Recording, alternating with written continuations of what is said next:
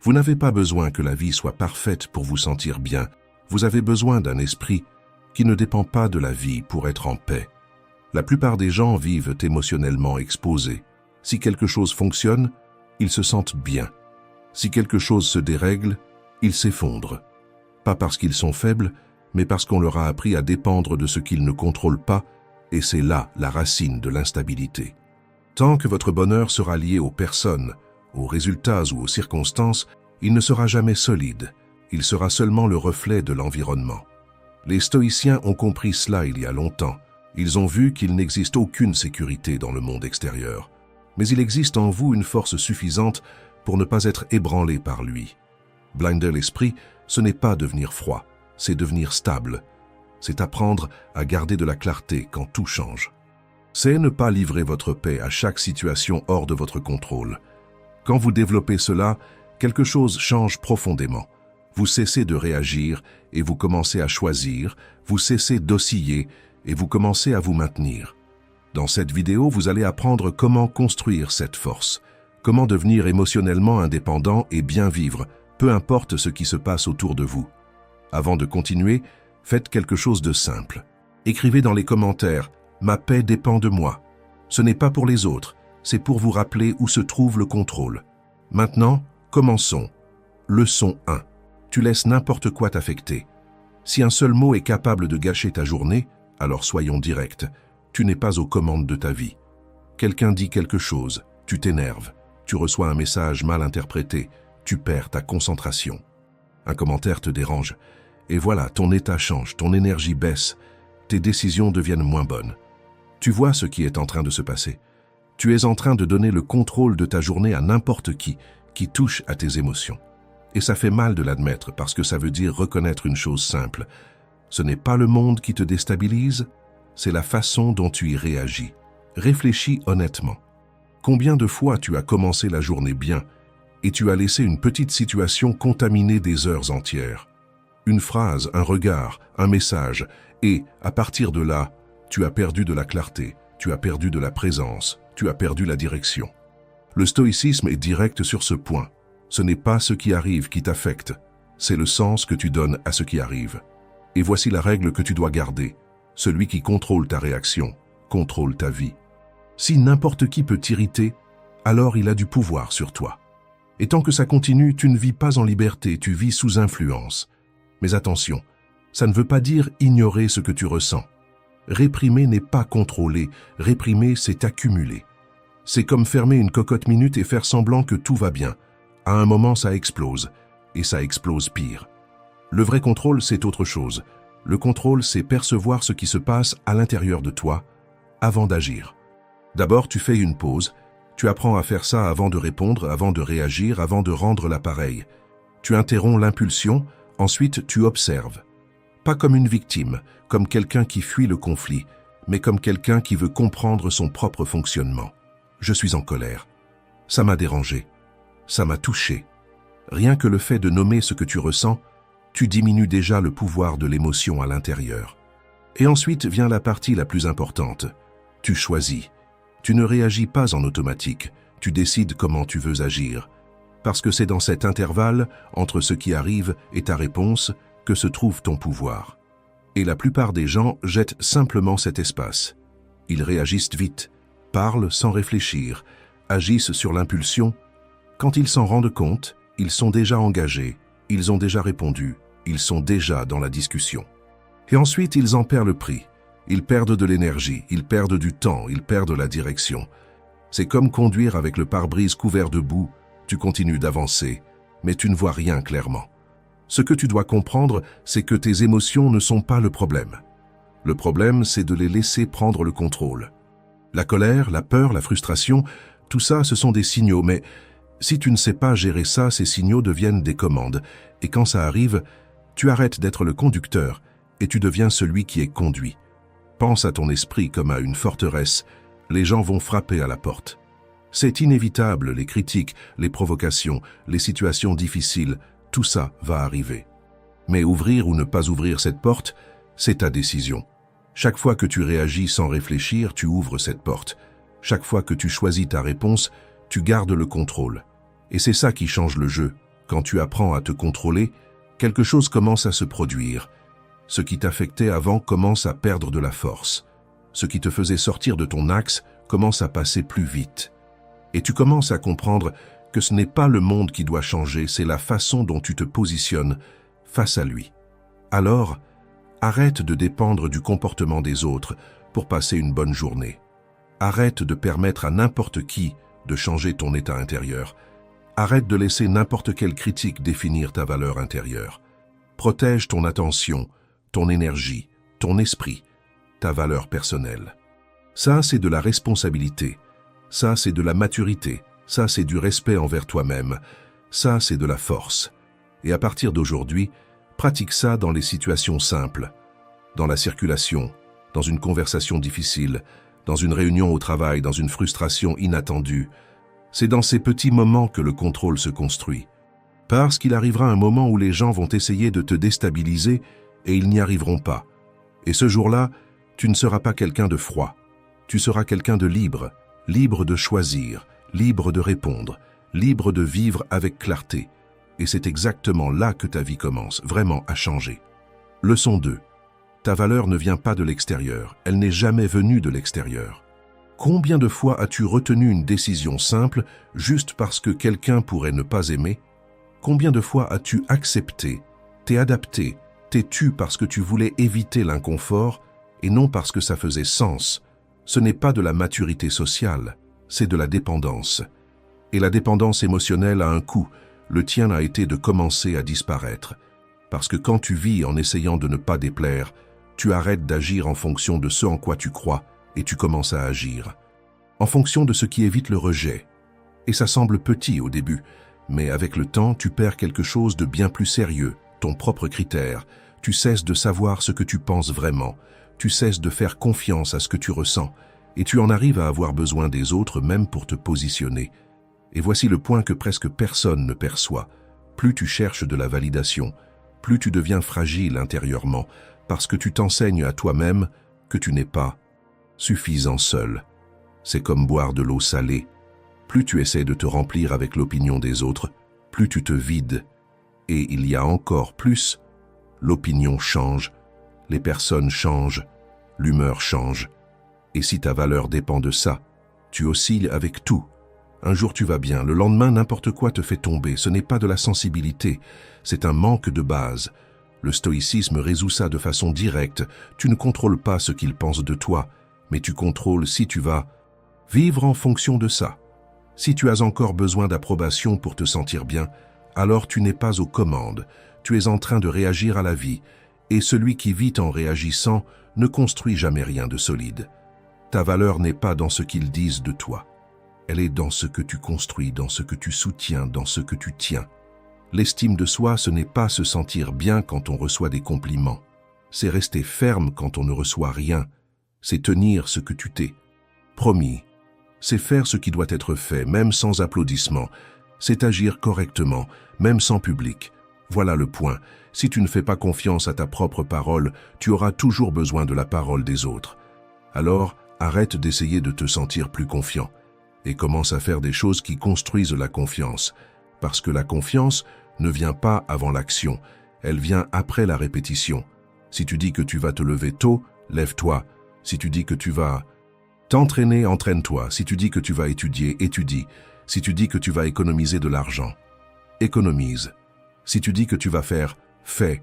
Sans négocier, sans remettre à plus tard, sans dépendre de ton humeur.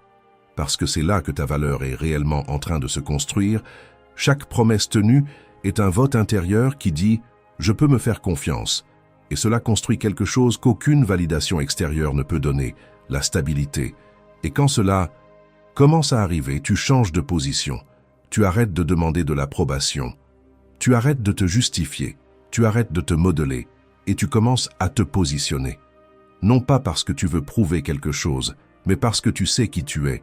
Et quand tu arrives à ce point, l'opinion des autres perd son poids, non pas parce qu'elle cesse d'exister, mais parce qu'elle cesse de te contrôler. Alors arrête de te demander ce qu'ils vont penser et commence à te demander quelque chose d'eux. Bien plus important, es-tu en train d'être fidèle à ce que tu sais devoir faire? Si ce n'est pas le cas, corrige Si c'est le cas, continue. Même sans applaudissements, même sans encouragement, même sans que personne ne comprenne.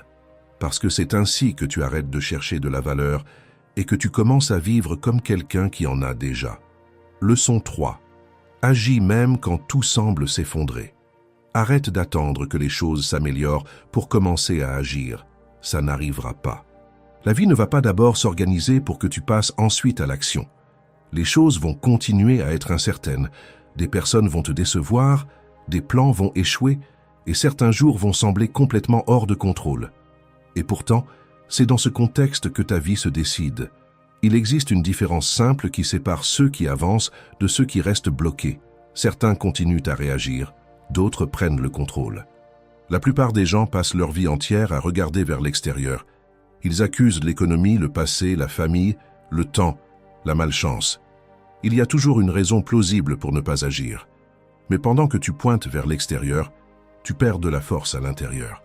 Et c'est là que commence le vrai problème. Ce n'est pas ce qui t'arrive, c'est la position que tu choisis d'occuper face à cela. Tu l'as déjà vécu, tu sais ce qui doit être fait, mais tu repousses. Tu sais ce qui doit changer, mais tu attends le moment idéal. Et ce moment n'arrive jamais parce que le moment parfait n'existe pas.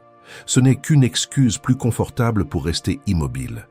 Le stoïcisme est direct sur ce point. Il y a des choses que tu ne contrôles pas, et il y a des choses qui dépendent entièrement de toi. Et si tu confonds cela, ta vie se bloque. Tu ne contrôles pas ce qui arrive, mais tu contrôles ce que tu en fais, tu contrôles ta discipline, tu contrôles tes décisions, tu contrôles ton attitude, et c'est exactement là que se trouve le pouvoir. Assumer la responsabilité, ce n'est pas te culpabiliser, c'est arrêter de te cacher. C'est comprendre que, même sans choisir toutes les circonstances, tu choisis encore comment tu y réagis. Et cela change tout. Parce qu'au moment où tu arrêtes de te plaindre et que tu commences à agir, quelque chose se réorganise en toi, ton esprit devient plus clair, ton énergie cesse d'être gaspillée, et tu commences enfin à avancer. Le contrôle ne consiste pas à dominer le monde. Il consiste à ne pas être dominé par n'importe quoi. Si tu lâches le contrôle de ta vie, quelqu'un le prend à ta place. Les opinions, les distractions, les émotions, la peur, la frustration, tout commence à décider pour toi. Et quand tu t'en rends compte, tu ne diriges plus rien. Tu ne fais que réagir. Mais quand tu prends le contrôle, même s'il y a encore des problèmes, ta position change. Tu cesses d'être emporté et tu commences à diriger. Les stoïciens n'ont jamais promis une vie facile. Ils ont enseigné quelque chose de bien plus utile. Même dans le chaos, tu peux être stable. Alors arrête de vouloir contrôler ce qui est à l'extérieur et commence maintenant à contrôler ce qui est entre tes mains, ton attitude, ta discipline, ta prochaine décision. Parce qu'au final, ce n'est pas le vent qui définit ta vie, c'est celui qui reste ferme pendant qu'il souffle. Leçon 4. Tout le monde ne mérite pas d'avoir accès à toi. Au fond, si tu parles trop, ce n'est pas par hasard. Tu parles parce que tu veux être compris. Tu veux que quelqu'un t'écoute, comprenne ce que tu traverses, valide ce que tu ressens, peut-être même te dise que tu as raison. Et c'est humain. Tout le monde, à un moment donné, veut ça.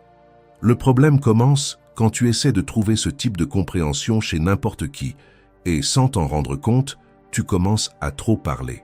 Tu racontes ce que tu vis, tu ouvres ce que tu ressens, tu partages tes projets, tes doutes, non pas parce que cette personne a mérité cet accès, mais parce que tu avais besoin de soulager ce que tu portais à l'intérieur.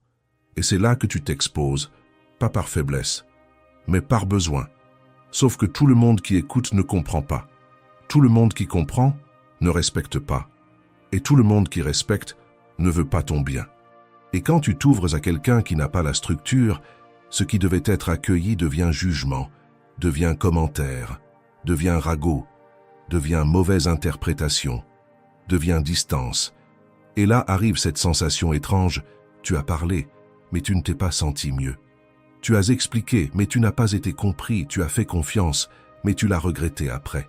Ce n'est pas de la malchance, c'est un manque de discernement. Parce que faire confiance, ce n'est pas dire ce que tu ressens. Faire confiance, c'est choisir qui peut t'écouter. Et la plupart des gens n'apprennent jamais ça. Ils parlent de leur vie à des collègues de travail, à des connaissances, à des gens qui n'ont jamais montré de caractère. Et ensuite, ils ne comprennent pas pourquoi ils se sentent exposés. C'est simple, Tu as cherché de la compréhension au mauvais endroit. C'est comme essayer de te réchauffer dans le froid, en t'appuyant sur quelqu'un qui est aussi en train de geler. Ça ne peut pas marcher. Ce que tu dois comprendre, c'est comment les stoïciens utilisaient le silence. C'est ça le point qui peut tout changer. Toute douleur n'a pas besoin d'être partagée. Toute pensée n'a pas besoin de devenir une conversation. Tout ce que tu ressens n'a pas besoin de sortir de ta bouche. Dire tout ce que tu ressens, ce n'est pas de la maturité émotionnelle. Souvent, c'est juste un manque de contrôle. C'est l'impulsion de se soulager maintenant, sans penser au coup après. Parce que le soulagement passe, mais l'exposition reste. C'est pour ça que les stoïciens traitaient cela avec beaucoup de clarté. La prudence n'est pas de la froideur, c'est de l'intelligence. Savoir s'ouvrir est important, mais savoir se préserver est essentiel. Sénèque avertissait déjà que tout le monde n'est pas digne de recevoir ce que tu portes à l'intérieur. Et quand tu ignores ça, tu vis les conséquences. Parce qu'il y a des gens qui ne veulent pas te comprendre, ils veulent te mesurer. Il y a des gens qui ne veulent pas t'aider, ils veulent se comparer. Il y a des gens qui ne veulent pas t'écouter, ils veulent avoir quelque chose à commenter ensuite. Et si tu n'as pas de clarté, tu vas continuer à chercher du soutien exactement chez ceux qui n'ont pas la capacité de te soutenir. Alors change ça. Avant de parler, observe. Avant de faire confiance, teste. Avant de t'ouvrir, regarde si cette personne a déjà montré par ses actes qu'elle mérite d'entendre ce que tu as à dire. Parce que la maturité émotionnelle, ce n'est pas de s'ouvrir à tout le monde, c'est de savoir exactement à qui tu peux t'ouvrir. Pense à ta vie comme à un espace fermé. Tout le monde qui frappe à la porte ne doit pas entrer. Certains vont respecter, d'autres vont entrer, toucher à tout et partir comme si rien ne s'était passé. Et le problème, ce n'est pas qui est entré. C'est toi qui n'as pas mieux choisi. Marc Aurèle comprenait cela avec clarté. Tu ne contrôles pas ce que les autres font, mais tu contrôles jusqu'où ils ont accès à toi. Et c'est là que tu dois t'améliorer. Tu n'as pas besoin de parler moins par peur, tu as besoin de parler mieux par discernement. Moins d'impulsion, plus de conscience, moins de besoin d'être compris, plus de responsabilité avec ce que tu révèles. Parce que quand tu apprends à te préserver, tu penses mieux, tu décides mieux et tu souffres beaucoup moins. Alors garde ça, tout le monde ne mérite pas de te comprendre. Ce qui compte, ce n'est pas d'être compris par tous, c'est de ne pas te perdre en essayant de l'être. Leçon 5. Contrôle ton territoire mental. Tu essaies de tout prévoir, de plaire à tout le monde, de garantir des résultats, et à la fin de la journée, tu es épuisé, frustré et sans clarté. Tout ça parce que tu es en train de mener la mauvaise bataille. Tu ne contrôles pas l'économie, le trafic, l'attitude de ton collègue de travail, ce qu'on dit de toi.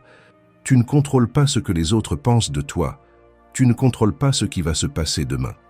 Mais il y a quelque chose que tu continues de négliger et qui change absolument tout, ce que tu laisses entrer dans ton esprit. Et voilà le problème. La plupart des gens vivent complètement exposés, sans aucun type de défense. N'importe quelle opinion entre, n'importe quelle critique reste, n'importe quelle peur grandit, n'importe quelle moquerie prend de la place. Et ensuite, ils se sentent anxieux, confus, insécures. Mais comment pourrait-il en être autrement? Ils ont ouvert la porte et laissé le chaos entrer. Fais attention à ça sérieusement. Un esprit sans protection devient un territoire occupé. Le stoïcisme est clair là-dessus. Ce n'est pas ce qui arrive qui te détruit, c'est le sens que tu donnes à ce qui arrive. Et si tu ne contrôles pas ce sens, quelqu'un ou quelque chose le fera à ta place. Maintenant, ramène ça à la vie réelle. Pense à quelqu'un qui critique ton travail. Rien d'extraordinaire, ça arrive à tout le monde. Mais alors, à l'intérieur de ton esprit, les pensées commencent. Il remarque mes défauts. Je n'aurais pas dû faire ça. Peut-être que je ne suis pas assez bon, tu vois? La critique a été un événement. La souffrance a été une construction.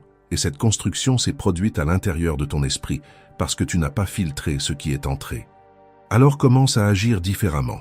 À partir de maintenant, observe tes pensées comme un garde observe ceux qui tentent d'entrer. Tout ne mérite pas l'accès, tout ne mérite pas l'attention, tout ne mérite pas de rester. Si une pensée t'affaiblit, elle n'est pas la vérité, c'est du bruit. Si elle te paralyse, ce n'est pas de la protection, c'est du sabotage. Et tu dois commencer à couper ça avec fermeté. Ton esprit n'est pas un espace public, c'est un territoire qui doit être protégé. Et la protection ne consiste pas à éviter le monde, elle consiste à ne pas permettre que le monde s'installe en toi. Tu ne contrôles pas le vent, mais tu contrôles la structure que tu construis. Si ta base est fragile, n'importe quelle opinion te renverse. Si ta base est solide, le monde entier peut bouger, tu restes debout. C'est ça que le stoïcisme enseigne. Ne contrôle pas le chaos, contrôle-toi à l'intérieur de lui. Et tu n'atteins ce contrôle de toi-même qu'avec de la pratique, pas comme une décision unique, mais avec une discipline quotidienne. Arrête-toi plusieurs fois dans la journée et demande-toi avec honnêteté, ce que je suis en train de penser me renforce ou m'affaiblit? Si ça t'affaiblit, coupe, sans négociation. Parce que chaque fois que tu nourris une pensée faible, tu affaiblis ta propre structure, et chaque fois que tu choisis la clarté, tu te renforces. Entraîner l'esprit, c'est exactement ça. Une répétition consciente. C'est décider plusieurs fois par jour de ne pas se livrer à l'automatique. Et voilà le point que tu dois graver. Celui qui ne gouverne pas son propre esprit vit gouverné par les circonstances. Quand tu apprends à filtrer ce qui entre, immédiatement tu arrêtes de réagir comme n'importe qui et tu commences à répondre comme quelqu'un qui a le contrôle. Et ça, c'est du pouvoir. Ils peuvent te critiquer, ils peuvent douter, ils peuvent même essayer de te diminuer.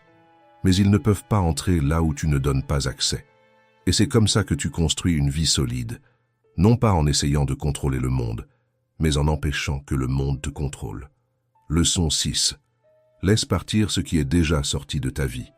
Combien de situations se sont déjà terminées dans ta vie, mais continuent encore dans ta tête? Un amour qui s'est fini, une affaire qui n'a pas marché, une opportunité que tu as perdue, une période qui ne reviendra plus. Tu ne vis plus cette réalité, mais tu continues à dialoguer avec elle dans ta tête. Tu revis ce qui s'est passé, tu répètes la scène, tu penses à ce que tu aurais dû dire, à ce que tu aurais dû faire, comme si, d'une certaine manière, cela pouvait encore changer quelque chose. Mais ça ne change rien, ça te retient seulement, parce que pendant que tu revis, tu maintiens cela en vie. Et le plus difficile à accepter, c'est ça. La vie a déjà avancé, mais toi, pas encore. Pas parce que tu n'en es pas capable, mais parce que tu n'as pas lâché. Et tant que tu ne lâches pas, tu continues à porter. Porter l'erreur, porter la culpabilité, porter la frustration, porter une ancienne version de ta propre vie. Et ça pèse. Ça pèse dans ton esprit, ça pèse dans tes décisions, ça pèse dans la manière dont tu agis aujourd'hui. Parce que personne n'avance avec force en portant ce qui est déjà terminé.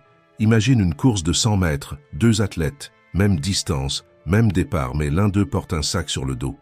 Qui arrive en premier? Et tu n'as même pas besoin de répondre. Maintenant, élargis ça, ce ne sont plus 100 mètres, mais le marathon de ta vie et chaque jour, sans t'en rendre compte, tu choisis de courir en portant du poids. Le poids de l'erreur, le poids de la culpabilité, le poids de choses qui sont déjà terminées. Tu avances peut-être, mais pas avec clarté, pas avec légèreté, pas avec direction. Le stoïcisme est direct là-dessus. Tu ne contrôles pas ce qui s'est passé, mais tu contrôles si cela continue à occuper de l'espace en toi. Et aujourd'hui, ça continue. Peut-être que tu t'es trompé, peut-être que tu as perdu, peut-être que tu as fait des choix que tu ferais différemment aujourd'hui. Mais revenir sans cesse là-dessus ne corrige pas le passé. Ça affaiblit seulement le présent. Il y a une différence que tu dois affronter. Apprendre de ce qui est passé te renforce, rester bloqué sur ce qui est passé te paralyse. Et beaucoup de gens confondent les deux, pensent qu'ils réfléchissent. Mais en réalité, ils ne font que revivre. Lâcher prise, ce n'est pas oublier. Lâcher prise, c'est arrêter de revenir. C'est arrêter de nourrir cela tous les jours. C'est décider que cela ne va plus occuper ton esprit comme avant. Parce que tant que tu continues à regarder en arrière, tu ne peux pas agir sur ce qui est devant toi. Et c'est ici que ta vie commence à se bloquer, parce que tu n'es pas présent chaque jour dans ton travail, chez toi, avec ta famille, et dans le seul endroit où tu ne peux pas être absent, pour toi-même. Tu as l'esprit sur quelque chose qui n'existe plus, et en même temps tu veux des résultats dans quelque chose qui n'a pas encore commencé. Ça ne fonctionne pas comme ça. Si tu veux changer ta vie, tu vas devoir faire quelque chose de simple, mais difficile. Revenir à maintenant. Pas demain, maintenant. Arrêter de penser à ce qui a été et commencer à agir sur ce qui peut encore être, parce que tout ce que tu veux construire n'existe que dans le présent. Alors décide, tu vas continuer à porter ça ou tu vas utiliser ton énergie pour construire quelque chose de nouveau? Parce que tant que tu tiens ce qui est déjà terminé, tu n'as pas de place pour ce qui peut encore commencer. Lâche et reviens. Ta vie n'est pas là derrière, elle t'attend ici. Leçon 7. Sois heureux dans n'importe quelle situation. Tant que ton bonheur dépend de l'argent, des personnes, de la reconnaissance ou des circonstances, tu n'as pas de paix. Tu as une permission temporaire de te sentir bien, et une permission peut être retirée à tout moment. Un jour tout s'aligne, tu te sens bien, motivé, confiant. Le lendemain, quelque chose se dérègle et ton esprit s'effondre avec. Ce n'est pas une vie équilibrée, c'est une instabilité émotionnelle constante. Et le problème, c'est que beaucoup de gens vivent ainsi pendant des années, en oscillant selon l'environnement, en attendant que la vie s'organise enfin pour pouvoir se sentir bien. Il y a toujours une condition future à remplir, quand ils gagneront plus, quand ils résoudront tel problème, quand quelqu'un changera, quand tout rentrera dans l'ordre. L'erreur dans ce raisonnement, c'est que la vie ne s'organise pas d'abord pour que tu te stabilises ensuite à l'intérieur. C'est l'inverse. Soit tu construis une base interne stable, soit n'importe quel scénario, même le meilleur, reste fragile. Parce que le monde n'est pas statique, il change, il ralentit, il échoue, il surprend, il brise les attentes. Et si ton état interne dépend de cela, alors tu es toujours en risque émotionnel. Pense de manière pratique. Deux personnes passent par la même situation, une critique, un retard, une perte. Pour l'une, cela devient un bouleversement total. Pour l'autre, cela devient simplement une donnée de la réalité à ajuster. Ce qui change, ce n'est pas l'événement, c'est la structure de celui qui le reçoit. Le bonheur à ce niveau n'est pas de l'enthousiasme, ni de l'euphorie, ni une succession de bons jours. C'est une stabilité psychologique. C'est la capacité de ne pas s'effondrer quand quelque chose se dérègle. Et cela ne naît pas d'une pensée positive, cela naît de la construction. Tu commences à construire cela quand tu arrêtes de négocier avec ce qui doit être fait. Quand tu tiens ta parole, même sans envie, quand tu agis avec discipline, même sans retour immédiat, quand tu maintiens une direction, même sans reconnaissance. Ces attitudes semblent petites, mais elles produisent un effet profond. Elles t'organisent à l'intérieur. Et quand tu es organisé à l'intérieur, le monde peut osciller, mais tu ne suis pas cette oscillation de la même manière. Maintenant, fais attention à un point que presque personne ne perçoit. La plupart des gens recherchent l'intensité émotionnelle en pensant que c'est du bonheur, alors qu'en réalité, l'intensité est instable par nature. Les moments intenses vont et viennent. La reconnaissance va et vient. Les émotions fortes vont et viennent. Si tu construis ta vie là-dessus, tu vises en cycle, tu montes vite, tu descends vite, et tu ne te maintiens jamais. Ce qui change vraiment la donne, c'est autre chose. C'est la constance intérieure, c'est la capacité de continuer quand personne ne regarde, de maintenir le standard quand il n'y a pas de récompense immédiate, de ne pas te démonter parce que quelque chose ne s'est pas passé comme prévu. Ça, c'est de la force, et la force n'apparaît pas dans les moments faciles, elle apparaît dans la manière dont tu réagis quand la réalité ne coopère pas. Si aujourd'hui tu perds le contrôle quand quelque chose échoue, ce n'est pas de la malchance. C'est un manque de préparation intérieure. C'est comme quelqu'un qui ne s'est jamais entraîné et qui attend de la stabilité sous pression. Et il n'existe pas de stabilité sans entraînement. Tu n'as pas besoin d'une vie parfaite pour te sentir bien. Tu as besoin d'un système interne qui fonctionne même quand la vie n'est pas parfaite. Et ce système se construit avec la pratique, avec la manière dont tu réagis aux petites frustrations, avec la manière dont tu gères les retards, avec la manière dont tu réponds quand quelque chose ne se passe pas comme tu le voulais. C'est dans ces moments que tu définis si tu vas continuer à être dirigé par l'environnement ou si tu vas commencer à soutenir ta propre direction. Quand ce basculement arrive, quelque chose change vraiment. Tu arrêtes de dépendre des bons jours pour te sentir bien. Tu arrêtes d'avoir besoin que tout soit en ordre pour fonctionner. Tu arrêtes de vivre en réagissant à ce qui se passe autour de toi. Et tu commences à fonctionner à partir d'une base propre. Pas parfaite, mais solide. Et c'est cela qui te permet de traverser des phases difficiles sans te perdre, d'avancer sans euphorie excessive et de garder de la clarté même dans des contextes instables. Parce qu'au fond, ta paix n'a jamais été dans les conditions. Elle a toujours été dans la manière dont tu te soutiens à l'intérieur de celle-ci.